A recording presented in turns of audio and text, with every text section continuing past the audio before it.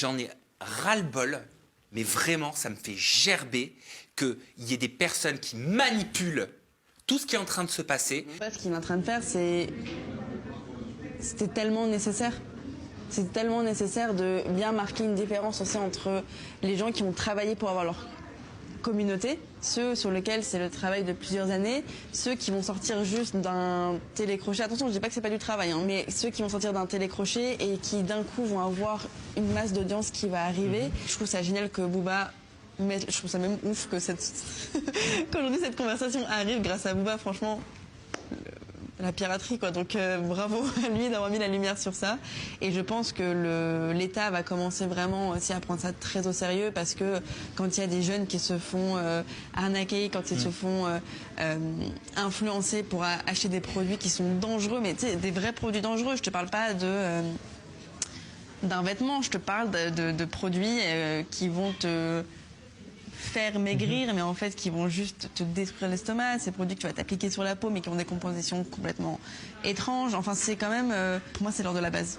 Donc en fait, notre petite Léna, je trouve qu'elle a tout à fait raison, elle est préoccupée surtout par le fait que les communautés qui suivent les influenceurs ou les influenceurs, appelez comme vous voulez, soient victimes de l'escroquerie, qu'elles soient victimes d'acheter des produits qui ne sont pas bons.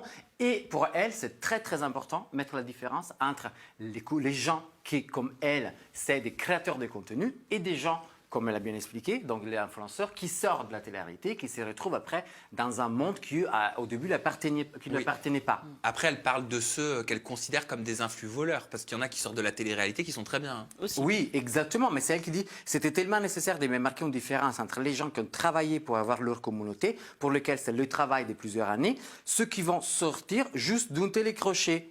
Il précise, attention, je ne dis pas que ce n'est pas du travail, et qui d'un coup vont avoir une masse d'audience qui va arriver. Tu es d'accord avec les propos de Léna? Ah, je suis entièrement d'accord. Bah oui. C'est vrai. Qu'est-ce que tu penses de sa prise de parole?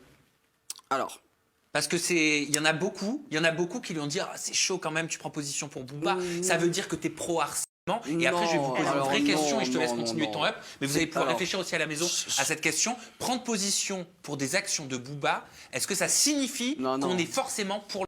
Pas du tout. Ça, alors, on y répondra juste après. Là, je tiens à le dire, hein, c'est pas parce que tu es content que Booba fasse ça, en mode Booba, on va pas se mentir, il est en train de mettre un point d'honneur sur ce milieu. D'accord? Maintenant, Booba, ce qu'il est en train de faire, c'est honorable. Par contre, dire que ouais, tu suis Booba, c'est être dans l'harcèlement, pas du tout. Ok, Booba, il est en train de parler d'un vrai sujet qui est quand même les influx voleurs, les arnaques, les colis qui sont jamais venus. Il y a plein de trucs, tu vois. Par contre, de là à dire que ouais, Léna, si ça, elle est contente. Non, non. Ouais, parce qu'elle a dû se justifier. Je suis pas d'accord du tout. En fait, le problème, c'est que, c'est pas un problème, parce que bien évidemment, tout le monde a réagi. Donc, il y a des commentaires comme non, elle fait exactement la même chose. Elle partage des moments personnels avec des gamines parasociales qui développent de l'amitié pour leur réfugieur, des choses à côté de la plaque. Voilà, exactement. Tu vois, des choses comme ça. Et je pense que, ça c'est ma pensée, elle a dû répondre en faisant des stories, en disant, je suis pour la réglementation des métiers de l'influence, je suis à 10 000% contre l'harcèlement. Et effectivement, c'est ce qu'elle pense. Et comme tu dis, c'est pas parce qu'on soutient ou on peut suivre Booba qu'on est pour l'harcèlement, qu'on partage forcément toutes les idées. Et il y a une différence, effectivement, entre les gens qui sont de la réalité, qui pour moi c'est des influenceurs, et des gens comme Léna, qu'on va appeler quelqu'un qui en fait, c'est une créatrice de contenu. Elle a commencé déjà très tôt parce que c'était le 2012 avec Léna Situation. Et après, c'est qu'en 2017 qu'elle a commencé son YouTube. Elle a 2 400 000 followers. Enfin, c'est un truc énorme. Elle est influenceuse. C'est la patronne des influenceurs. Ben, bien sûr. Moi. Et à moi, ça fait 10 ans, et ça fait pas 10 ans, mais ça me rappelle énormément Chiara Ferragni, qui est une des plus grandes influenceuses au monde avec plus de 30 millions de followers. Elle a commencé comme elle. En plus, elle fait quoi? C'est juste de la mode, conseil beauté. Et grâce à ça, elle a sorti sa marque. Et voilà, et profite, elle surfe sur ça. Et c'est tout à fait normal. C'est une bosseuse, elle travaille. C'est une bosseuse. Moi, je peux vous donner mon avis. On peut le donner chacun. Bien sûr, ouais. Hein, j'en ai ras-le-bol, mais vraiment, ça me fait gerber qu'il y ait des personnes qui manipulent tout ce qui est en train de se passer, en mode, si tu oses dire une seule seconde que ce que fait Booba ou des actions que peut avoir Booba, elles sont bien, même si tu cautionnes pas la forme, ça veut dire que tu es pour le harcèlement.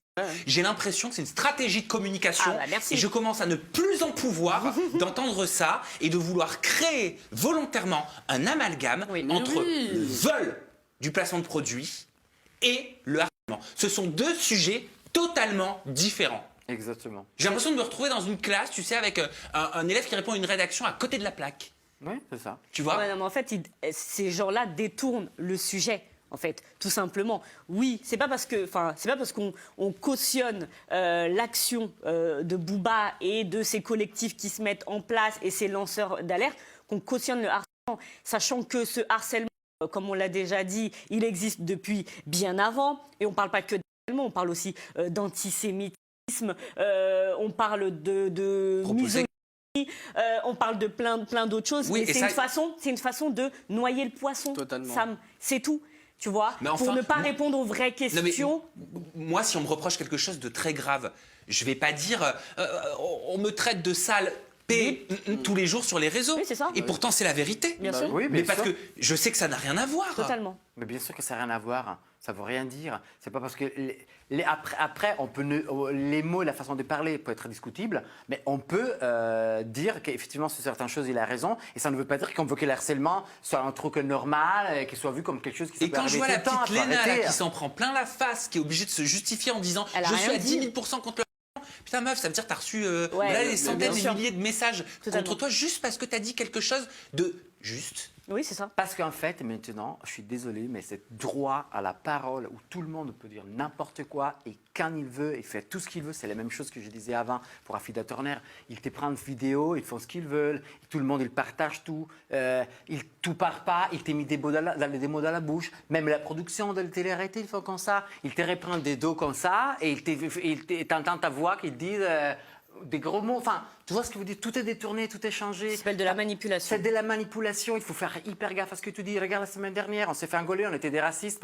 Tu vois, moi, toi, enfin, tout est mal entendu, tout est pas clair. Interprété. Tout est mal interprété. C'est compliqué, ça devient compliqué et presque ça fait peur. Je t'ai dit la vérité, ça fait peur parce que après, il te dit pourquoi tout est cache. Parce qu'en fait, si je suis moi, personne ne va m'écouter, personne ne va m'accepter. Quoi que ce soit, ça ne sera jamais bien. Ce que j'ai dit, quoi que je pense, si je suis contre les gays, pour les blacks, contre les blacks, peu importe quoi que ce soit, ça n'ira jamais. Il y aura toujours quelqu'un qui a envie de nous défoncer pour prendre de la lumière ou juste parce qu'ils sont tellement aigris dans leur propre vie qu'ils ont besoin de réduire la vie des autres. Mais heureusement qu'elle a répondu à cette question. T'imagines si elle avait botté en touche et qu'elle s'est dit non, je veux pas y répondre, elle se serait pris une rafale aussi. Donc autant qu'elle dise clairement.